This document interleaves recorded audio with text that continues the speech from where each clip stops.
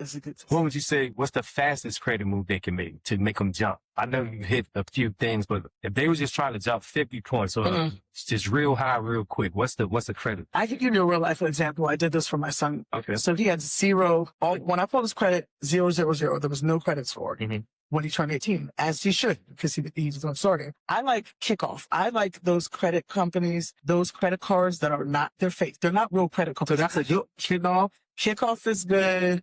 I think Credit Karma does one. I think there's another one called Kickstart. No? Kickstart. Those things are good. Why are they good? Because it forces you to keep the utilization down. They'll give you a credit limit of $3,500. You pay them $25 a month. Your utilization is on the floor. His score jumped from nothing to like 680. He got a 680 in less than 30 days. So that's the answer. That's pretty good. And if you can get like 2 or 3 of those, 2 or 3 trade lines like that you pay for, your score is going to jump up very fast. With the trade lines? With the trade lines, because they're basically credit cards, but they're not going to mail you a credit card. Right. That helps you keep the utilization low. That's a good way to get your score up more than 100 points if you want to within 3 days. What point did you walk away from a deal? Like you went to the table, you pursed it.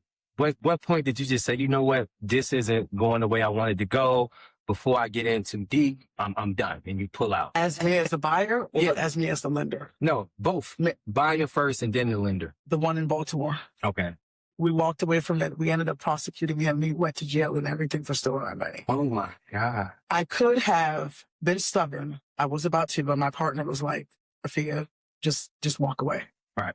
I was gonna, because I realized, I realized that he cheated me, and I realized that he sent me to a contractor that he knew was stealing my money. So they were both stealing my money. Right. The lender and him were stealing my money. I would have went after him. I did go after him. I went after him and prosecuted him, and he got arrested, and he has restitution and all that. But you're not gonna get your money.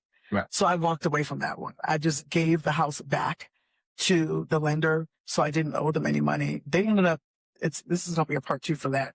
They ended up still coming after me, even though we signed a contract. I gave it back to them. What was the red flags you started seeing with this guy, though? Just what was having an attitude with me about my money, about your money, and having an attitude with my partner, my business partner, when we question them about how much did you pay for this?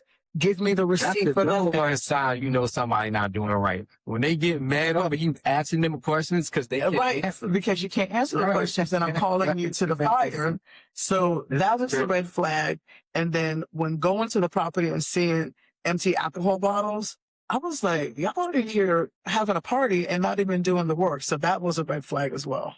But I did walk away from that deal. I didn't like it.